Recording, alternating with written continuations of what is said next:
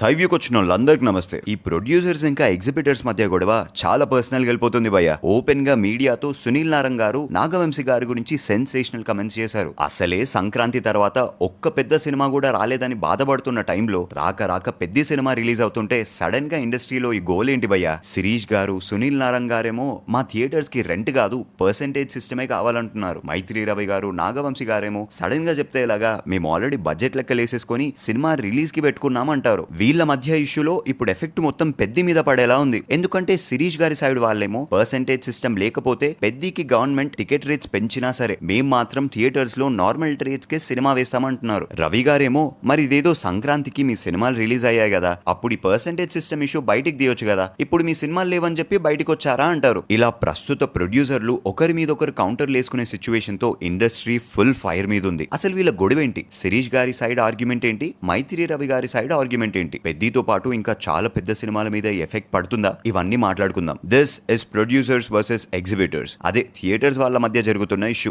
SBC Sirish గారి దగ్గర and Sunil గారికి కొన్ని సింగిల్ స్క్రీన్ థియేటర్స్ ఉన్నాయి. ఇండస్ట్రీలో రెండు సిస్టమ్స్ ఉన్నాయి, rental system and percentage system. పెద్ద సినిమాలకి ఈ రెండు యూజ్ చేసుకుంటారు. అంటే ఫస్ట్ వీక్ సినిమాలని రెంటల్ బేసిస్ మీద షో చేస్తారు. అంటే రెవెన్యూ అంతా డిస్ట్రిబ్యూటర్ ఇంకా ప్రొడ్యూసర్ తీసుకొని థియేటర్ రెంట్ మాత్రం ఎగ్జిబిటర్స్ కి ఇస్తారు. Second week or third week నుండి ఆ సిస్టమ్ పర్సెంటేజ్ కి వెళ్ళిపోతుంది. ఎగ్జిబిటర్స్ ఏమంటారంటే ఫుల్ షోస్ పడే ఫస్ట్ వీక్ ఏమో రెంట్ అంటారు, జనాలు తగ్గే సెకండ్ ఆర్ థర్డ్ వీక్ ఏమో పర్సెంటేజ్ అంటారు. దీని వల్ల థియేటర్స్ కి లాస్ అవుతుందని ఎగ్జిబిటర్స్ ఫైట్ చేస్తున్నారు. దీన్ని మొత్తానికి పర్సెంటేజ్ సిస్టమ్ చేసేయండి అని వాళ్ళు డిమాండ్ చేస్తున్నారు. ఇది లాస్ట్ 1.5 year నుండి జరుగుతుంది. కానీ ఎప్పుడైతే కరెక్ట్ గా ఒక బిగ్ ఫిల్మ్ పెద్ది వచ్చే ముందు ఈ ఇష్యూని మళ్ళీ పైకి తెచ్చారో అప్పుడు ఫుల్ ఫోకస్ దీని మీద పడింది. సింగిల్ స్క్రీన్ థియేటర్ సైడ్ ఏమో శిరీష్ గారు, ఏషియన్ సునీల్ గారు ఇంకొంతమంది ఫైట్ చేస్తుంటే ఇటు సైడ్ ప్రొడ్యూసర్స్ మైత్రి వాళ్ళు, నాగవంశీ గారు, సాహు గారు ఇలా కొంతమంది ఉన్నారు. ఇక్కడ మెయిన్ మ్యాటర్ ఏంటంటే శిరీష్ గారి సైడ్ లో థియేటర్స్ నష్టాల్లో ఉన్నాయి, మూసుకోవాల్సిన సిచ్యువేషన్ వస్తుందంటే నాగవంశీ గారేమో మరంత ఇబ్బంది పడుతూ థియేటర్స్ ని లీజ్ కి తీసుకుని నడపడం ఎందుకు, వదిలేయండి అంటున్నారు. వాళ్ళేమో ఇక మీద నుండి మాకు పర్సెంటేజ్ సిస్టమ్ ఇవ్వకపోతే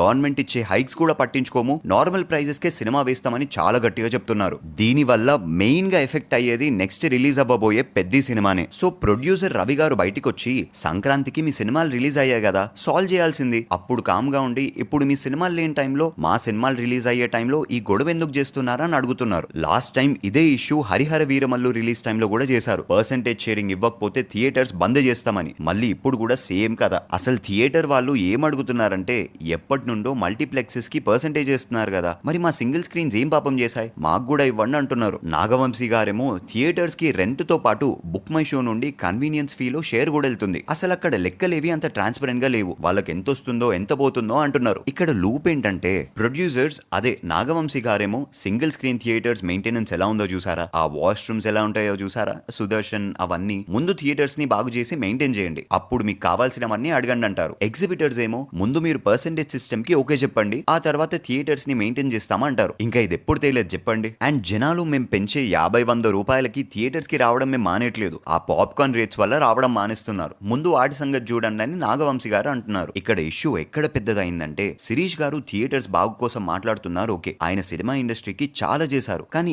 ఏషియన్ సునీల్ గారేమో ఒక పక్క 70-100 మల్టీప్లెక్స్లు కట్టేస్తున్నారు. ఇప్పుడేమో బయటికి వచ్చి సింగిల్ స్క్రీన్స్ తగ్గిపోతున్నాయని తెగ బాధపడిపోతున్నారు. మీరేదో అజెండాతో ఇలా చేస్తే అవ్వదని మైత్రి రవి గారు అంటున్నారు. ఇక్కడే ఇష్యూ పర్సనల్ అయిపోయింది. రవి గారితో పాటు నాగవంశీ గారు కూడా ఒక 300 మల్టీప్లెక్స్ స్క్రీన్స్ ఉన్న ఎగ్జిబిటర్ ఇప్పుడు బయటికి వచ్చి ఆయన సింగిల్ స్క్రీన్స్ పడుతున్న బాధల గురించి చెప్తుంటే నాకు నవ్వు వస్తుందన్నారు. ఇక ఎగ్జిబిటర్ సునీల్ నారంగ్ గారే ఇక ఆయన కూడా కామ్ గా ఉండకుండా పర్సనల్ కమెంట్స్ చేసేశారు. డూప్లికేట్ విగ్ అండ్ గ్లాసెస్ పెట్టుకునే ప్రొడ్యూసర్ నాగవంశీకి చెప్పండి, నేను 33 సింగిల్ థియేటర్స్ కట్టాను, ఇంకా కడుతున్నాను అంటూ సెన్సేషనల్ కమెంట్స్ చేశారు. ఇక ఇది ప్రొడ్యూసర్స్ వర్సెస్ ఎగ్జిబిటర్స్ ఇష్యూ కాస్త పర్సనల్ వార్ అయిపోయింది. సో ఇష్యూ ఇక్కడితో అయితే ఆగదు, ఎక్కడి వరకు వెళ్తుందో తెలియదు. One of the top producers మీద బహిరంగంగా ఇలాంటి కమెంట్స్ అంటే చిన్న విషయం కాదు. ఇప్పుడు ప్రొడ్యూసర్ సైడ్ వాళ్ళు ఎంత సీరియస్ గా రియాక్ట్ అవుతారు, దానికి థియేటర్ సైడ్ రియాక్షన్ ఎలా ఉంటుంది, ఇలా చాలా హంగామా ఉండబోతుంది. మరి దీని మీద ఇండస్ట్రీ పెద్దలు ఎలా రియాక్ట్ అవుతారో చూడాలి. ఇంకా పెద్ద విషయానికి వస్తే ఆల్రెడీ ఈ హైక్స్ అవన్నీ లెక్కలేసుకుని 300 crores బడ్జెట్ పెట్టి తీసిన పెద్ద సినిమాకి ఈ ఇష్యూ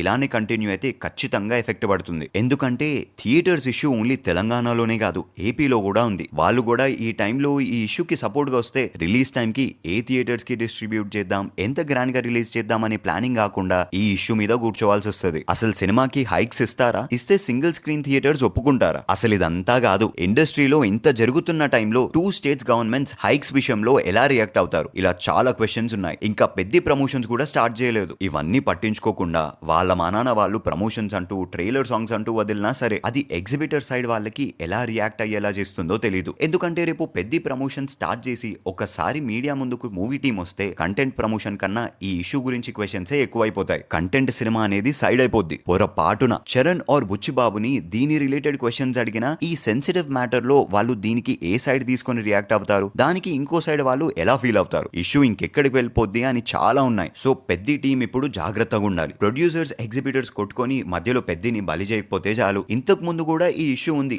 అండ్ మీటింగ్స్ అయ్యాయి, ప్రెస్ మీట్స్ పెట్టుకున్నారు. కానీ ఇప్పుడు ఇష్యూ పర్సనల్ అయిపోయేసరికి ఎవరు ఏ డెసిషన్ తీసుకుంటారో, గొడవ ఎంతవరకు వెళ్తుంది అనేది తెలియాలి. ఒకప్పుడు ఇండస్ట్రీకి దాసరి గారు పెద్ద దిక్కుగా ఉండి ఇష్యూస్ ని సాల్వ్ చేశారు. ఇప్పుడు మరి ఇండస్ట్రీ బాగోగులు చూసుకునే చిరంజీవి గారి దగ్గరికి ఇండస్ట్రీ వెళ్తుందా? ఆయన ఫీల్డ్ లోకి దిగి ఈ ఇష్యూని టెంపరీగా ఆయన సాల్వ్ చేస్తారా అనేది చూడాలి. ఆయన ఎప్పుడు మంచి అనేది మైక్ లో చెప్పాలి, చెడు చెవిలో చెప్పాలంటారు. కానీ ఇక్కడ ఈ ఎగ్జిబిటర్స్ అండ్ ప్రొడ్యూసర్స్ ఏమో మొత్తం ఇష్యూని ప్రపంచం ముందు పెట్టేసి ఇలా పర్సనల్ ఇష్యూ అయ్యేదాకా తీసుకొచ్చేశారు. ఇప్పుడు ఆయన దగ్గరికి వెళ్ళినా ఆయన ఎలా రియాక్ట్ అవుతారో తెలియదు. సో కమింగ్ డేస్ లో ఈ ఇష్యూ ఎలాంటి టర్న్ తీసుకుంటుంది, పెద్ద రిలీజ్ టైం కి ఈ ఇష్యూ సాల్వ్ అయిపోద్దా అని చూడాలి. ఖచ్చితంగా సాల్వ్ అవ్వాలి. జనవరి తర్వాత ఒక్క హిట్ సినిమా కూడా రాలేదు TFI లో. థియేటర్స్ గత 3-4 months గా ఖాళీగా ఉంటున్నాయి. మళ్ళీ ఇప్పుడు ఆ పండగ వాతావరణం తెచ్చి థియేటర్స్ కి రెవెన్యూ తెచ్చే పెద్ద రిలీజ్ అవుతున్నప్పుడు ఈ ఇష్యూ పెట్టుకున్నారంటే ఇంకో పెద్ద సినిమా రిలీజ్ కి ఇంకొన్ని మంత్స్ వెయిట్ చేయాలి. ఇది ఇటు థియేటర్స్ కి అటు ప్రొడ్యూసర్స్ కి ఇద్దరికి మంచిది కాదు. సో త్వరగా ఈ ఇష్యూ సాల్వ్ అవ్వాలని కోరుకుందాం. ఇంతకీ మన TFI లో జరుగుతున్న ఈ ఇష్యూ మీద మీ ఒపీనియన్ ఏంటో కమెంట్ చేసేయండి. That's it for the video guys. ఈ వీడియో మీకు నచ్చినట్టయితే please do like, share and subscribe to Thai View and hit the bell icon for more updates.